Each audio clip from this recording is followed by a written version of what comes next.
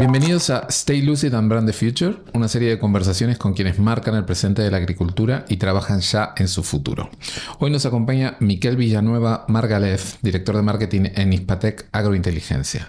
Con una trayectoria que combina estrategia, comunicación y análisis de datos, ha trabajado en biotecnología, agroquímicos y ahora en el mundo AgTech, donde impulsa la transformación digital del sector agrícola. Su recorrido lo ha situado en la intersección entre tecnología y campo, con una mirada orientada a cómo la inteligencia de datos puede redefinir la forma en que producimos, gestionamos y entendemos la agricultura del futuro. Muchas gracias por estar con nosotros, Miquel. Muchas gracias, Xavier. Es un placer.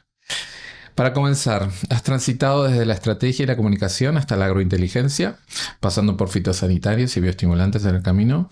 ¿Qué aprendizaje único te ha dado cada uno de estos mundos para construir tu visión actual sobre el futuro del sector agro? Inicialmente yo soy ingeniero agrónomo, que era lo raro cuando estaba trabajando en los otros campos, nunca mejor dicho. Ahora es más normal. Y el aprendizaje al final es siempre el mismo. Tenemos que estar orientados al mercado o al consumidor final y a partir de ahí construir. Construir de la manera que esa audiencia o ese mercado es lo que está solicitando. Desde tu experiencia, ¿cuál es el cambio más radical que has visto en cómo el sector toma decisiones gracias a la tecnología? ¿Qué decisiones que hoy son guiadas por datos antes se basaban quizás puramente en intuición o en un conocimiento acumulado? Te diría que prácticamente todas. Es decir, hemos sustituido aquello de yo me dedico a la agricultura porque mi padre tenía un terreno y yo lo heredo y por tanto produzco y ya tomo, no sé, en Valencia, yo soy de Valencia y allí es muy común, y yo creo que en toda España y seguramente en Latinoamérica, donde se reúnen los agricultores, pues alguien dice que ha probado algo y él lo prueba. Y como tú lo has probado, yo quiero lo mismo, yo quiero ese tractor o yo quiero hacer ese tratamiento.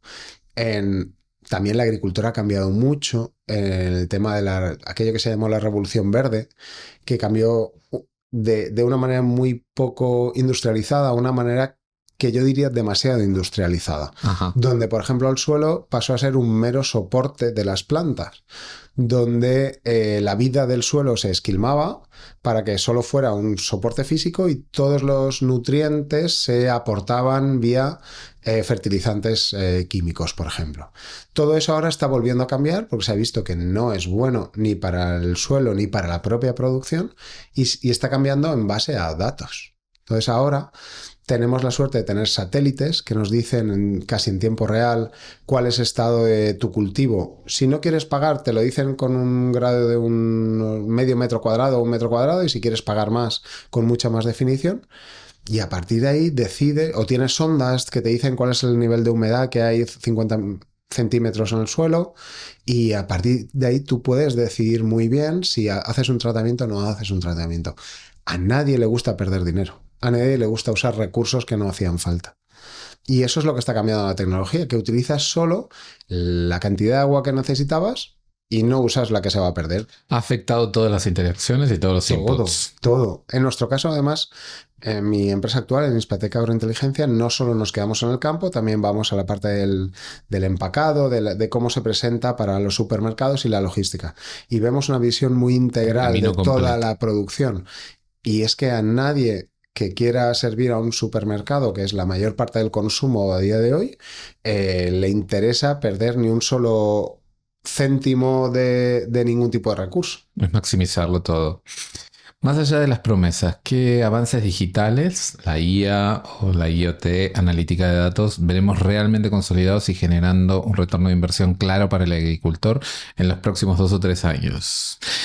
O mejor dicho, que superen todavía lo que se está haciendo ahora, ¿no? En esa materia donde vamos a ver un cambio más radical es en la inteligencia artificial, pero no porque lo vaya a hacer todo, sino porque va a eliminar muchas tareas repetitivas, obviamente las manuales, pero muchas tareas repetitivas que se hacen en la gestión del campo, o que se hacen en la gestión de los packings, o que se hacen en la logística, que hacía una persona. Y las horas de humano es mejor que el carbono que utilizan y que su cabeza y su cerebro utilizan sea mejor para tareas que no sean repetitivas, y que el silicio haga las tareas repetitivas, es decir, la inteligencia artificial haga esas repetitivas. Ahí vamos a notar mucho cambio porque el IoT, los sensores, los dispositivos conectados van a avanzar a un paso, a una velocidad que conocemos, que más o menos sabemos que cada vez lo tendremos todo más controlado. Pero donde vamos a ver en los próximos pocos años los cambios son cuando de repente digas, ¿aún introduces pedidos? ¿Aún vas a buscar a esta web esta información meteorológica? ¿O aún vas a...? No, ahora todo eso lo va a hacer la IA. Probablemente lo combine todo muy rápidamente, claro, y te dé soluciones mucho más cerradas. Se habla bastante de la brecha digital. Obviamente ha habido muchísimos avances, pero ¿cuál crees que es hoy la verdadera barrera para la adopción masiva de herramientas de digitalización? La mentalidad y la cultura corporativa en las organizaciones. Cuando tú aplicas una tecnología que funciona, el retorno lo ves muy rápido. Hay pocas cosas que se recuperen más rápido que una inversión en tecnología que funciona. Obviamente va a haber mucha gente o alguna gente que va a intentar engañarte con una tecnología que no es tan buena. Pero el verdadero cambio que percibimos nosotros que implantamos tecnología, ya digo, de la semilla hasta la logística, es el cambio en las culturas corporativas y la resistencia al cambio, especialmente en estructuras como las cooperativas, donde las decisiones son más compartidas, o aquellas donde los individuos tienen mucho peso en la toma de decisiones. Y en cambio te diría que podemos pensar a veces que cuando algo está muy digitalizado hay demasiado control, y podríamos pensar que a los trabajadores del campo no les gusta estar tan controlados. Al contrario, a ellos les gusta, a todos nos gusta saber cómo nos van a remunerar. Que nadie nos pueda decir, bueno, es que has trabajado menos. No, aquí hay un sistema que dice que he estado 8 horas en la explotación, de las cuales han sido productivas 6,5 y mi productividad ha sido un 50% superior a la del resto. Mi sueldo, yo al final del día ya lo sé. Con un sistema digital, sin esos sistemas, estás a expensas de cierta arbitrariedad. Y no digo nada en función del país. En cada geografía esa arbitrariedad es cada vez mayor. ¿Y crees que la resistencia entonces está en las mentes, más en individuos específicos? Exacto, que de repente encuentran un miedo a que todo esté medido. La tecnología digital lo que hace es medir. Tú no puedes mejorar si no mides. Así como a algunos los beneficia esta medición, algunos tienen miedo de que los perjudique. En realidad todos les beneficia. Al que no le beneficia es el que sabe que no lo está haciendo bien. Claro. Y es consciente que no lo está haciendo bien. Entonces, al que hace cosas por la izquierda, como dicen en Cuba, o al que... Ese es el que no le va a beneficiar. Y luego que en estructuras como las cooperativas hay usos y costumbres, y romper esos usos y costumbres cuesta. Pero luego, por la vía del dato, el dato es imbatible. A la larga, el dato va a ganar. Tenemos un cliente, Trops, un cliente muy conocido en España, principal productor de mango y aguacate en España, que su anterior CEO dijo en un vídeo que hicimos con nosotros que sus agricultores, gracias a hacer una gestión digital, recibían un precio un 30% superior a los agricultores de otras cooperativas que no tenían esa gestión. Tu cultura se cae con un 30% más de ingresos. Para un agricultor que aún duda, ¿qué 3 beneficios concretos y medibles le puede aportar la inteligencia de datos a su explotación ahora, en la próxima campaña? Primero, comparar entre si tienen más de una parcela, por qué en una parcela se gasta un 30% más de agua para conseguir la misma cosecha, por ejemplo, y dejar de hacerlo o solucionarlo. Y segundo, esa parte de orientación al mercado, ¿no? De decir, ¿por qué estoy haciendo esto si luego no tienes retorno, ¿no? Y la tercera, para mí, es que a nadie, de verdad, aunque desde la ciudad se crea que la agricultura es una actividad ultra contaminante y fatal para el medio ambiente, es al contrario.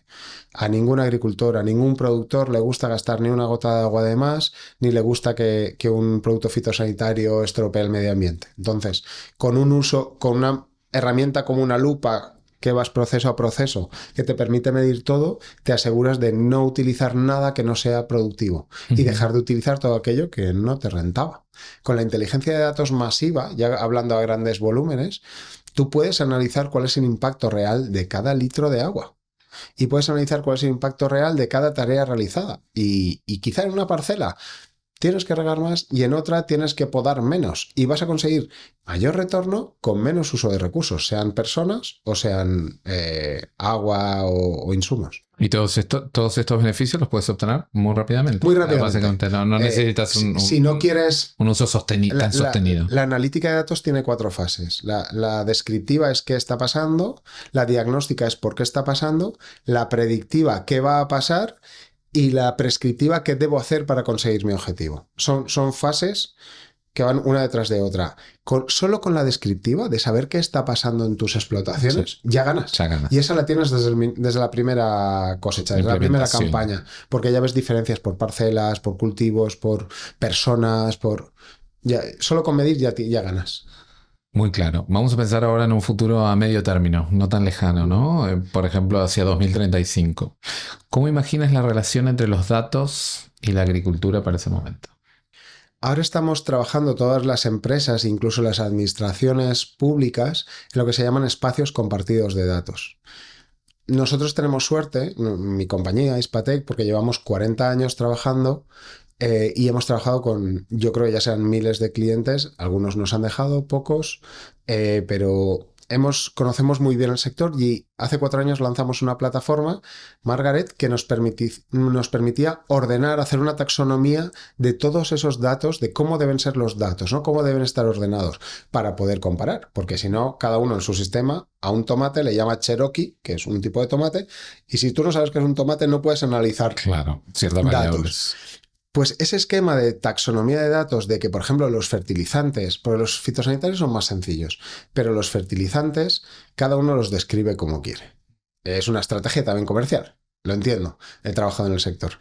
Pero con los espacios de datos compartidos, todo el mundo va a ganar porque vamos a saber de verdad qué está pasando, porque vamos a hablar todos el mismo idioma.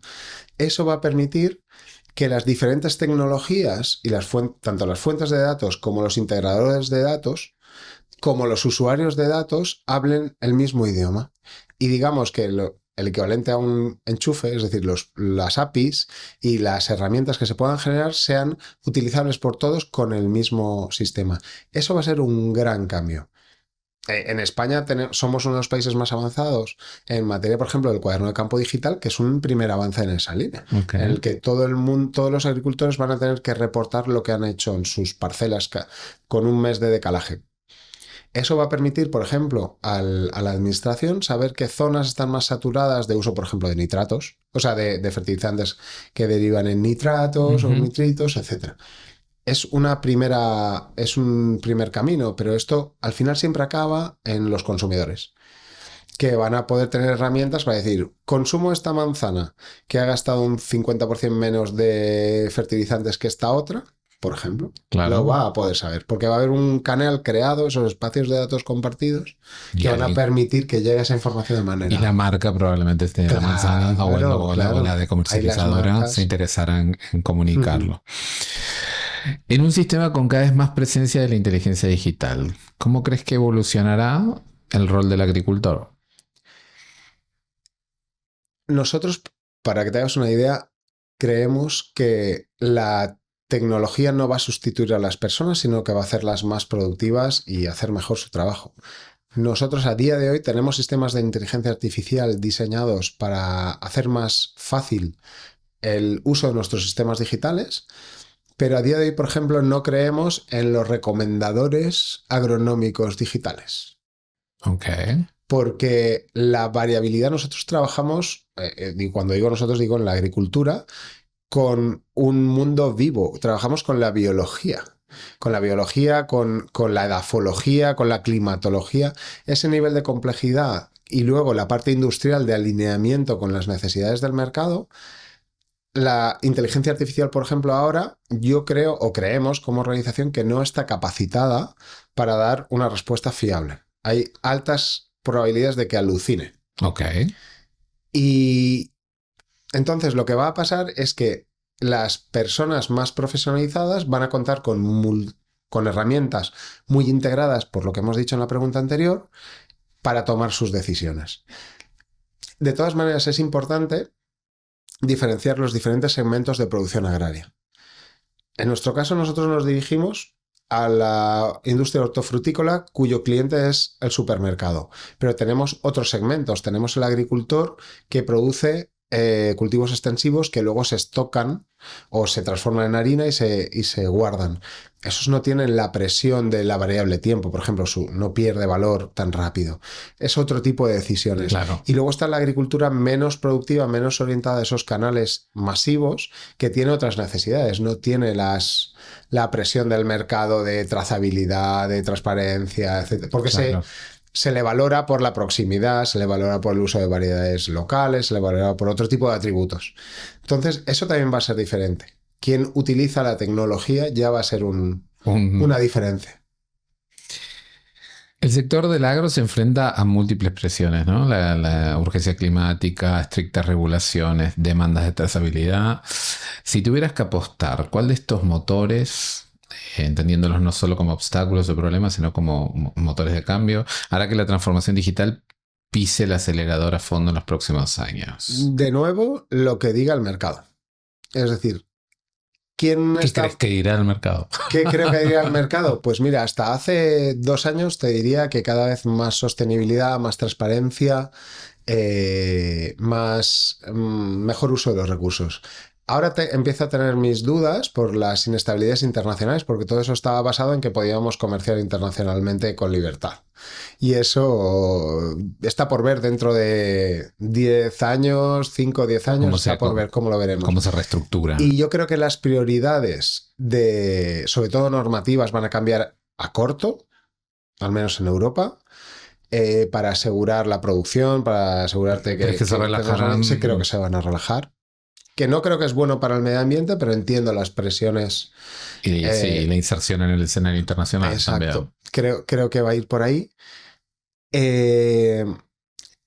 Y por otro lado, esas dificultades o esa evolución va a permitir la aparición de nuevas maneras de trabajar. De hacer. Trabajas en comunicación en un mundo que tiende a la automatización. En un futuro del agro dominado por la inteligencia artificial y por algoritmos, ¿qué papel jugará la comunicación humana? De nuevo, depende del segmento. Yo he estado hablando con muchas personas que trabajan en comunicación durante estos 3 días aquí en la feria y les decía, mira, es que mi contenido lo hago yo, literalmente yo, Miquel Villanueva, porque yo en mi caso, por el tipo de sistemas que hago, tengo 4 posibles comparadores en cada empresa. Y esa gente que son el CFO, el director de producción, el CEO, el de tecnología, esa gente no tiene tiempo que perder. No quiere que en mis redes sociales o en mi newsletter digan, hoy es el Día Internacional de la Sandía.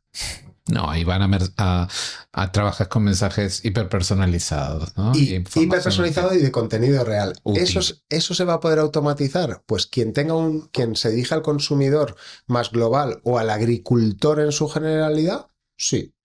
Para los que hacemos un B2B de alto nivel, lo veo complicado. Me va a ayudar y me ayuda ya a redactar, no a redactar, a organizar, sí, a buscar fuentes, pero a validar datos. Pero lo que es el contenido, la redacción del contenido, en mi caso. Yo estoy en una posición muy parecida a la tuya. En algunos aspectos sí, por ahí podemos generar algunas cosas más automáticas, pero nuevamente también un cliente de los míos se gana en una conversación mucho más directa y mucho más específica. Tengo que ponerme su gorra. Yo tengo que demostrarle que sé lo que le pasa, que sé cuál es cómo es su día a día, y primero me gano su confianza para que me perciba como un igual y luego ya hablamos de producto. Desde tu perspectiva estratégica, ¿cuál es la decisión tecnológica o de modelo de negocio que el sector agro debe tomar hoy para definir su éxito y sostenibilidad en las próximas décadas? ¿Qué crees que es clave hoy que definirá el éxito de los...? De una manera general, tener una buena plataforma en la que sumar los datos de los diferentes agentes. Ok, centralizar esa información. Y que esa gestión centralizada sea, aunque parezca que estoy vendiendo a mi empresa, pero sea un socio tecnológico del sector agrario, de la producción agraria. No hablamos lo mismo los especialistas que los generalistas. No lo entendemos. para un generalista es un poco difícil de entender que el tomate no puede quedarse al sol 5 minutos porque pierde un porcentaje de Sí, su le cuesta entender la relevancia de algunos factores, ¿no? Sí.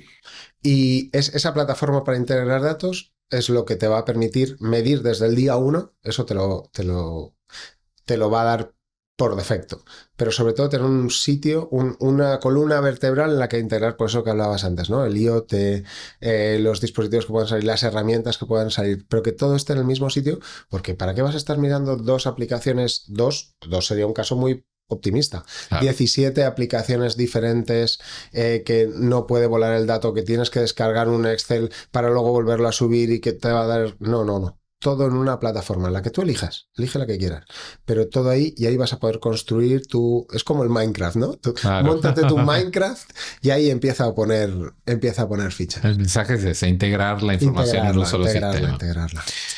Y para concluir, te pido que completes esta frase desde tu experiencia o desde tu visión, que es: el futuro de la agricultura es... El futuro de la agricultura es brillante, porque todos comemos mínimo, nos gusta comer 3 veces al día. Eso no va a cambiar. Esta feria es una prueba de la vigencia de este modelo, y va a ser una agricultura que cada vez va a ser más sostenible y más rentable. ¿Que vamos a cambiar los modelos? Sí, yo creo, a mí me llamaba un jefe que tuve que era un farm killer, me decía. Vamos a desacoplar la propiedad de la tierra del uso de la tierra. Es decir, tú no vas a usar la tierra solo porque la has heredado tú, seas el propietario o la propietaria, pero la usarás de modelos que sean mucho más eficientes, mucho más sostenibles y mucho más rentables.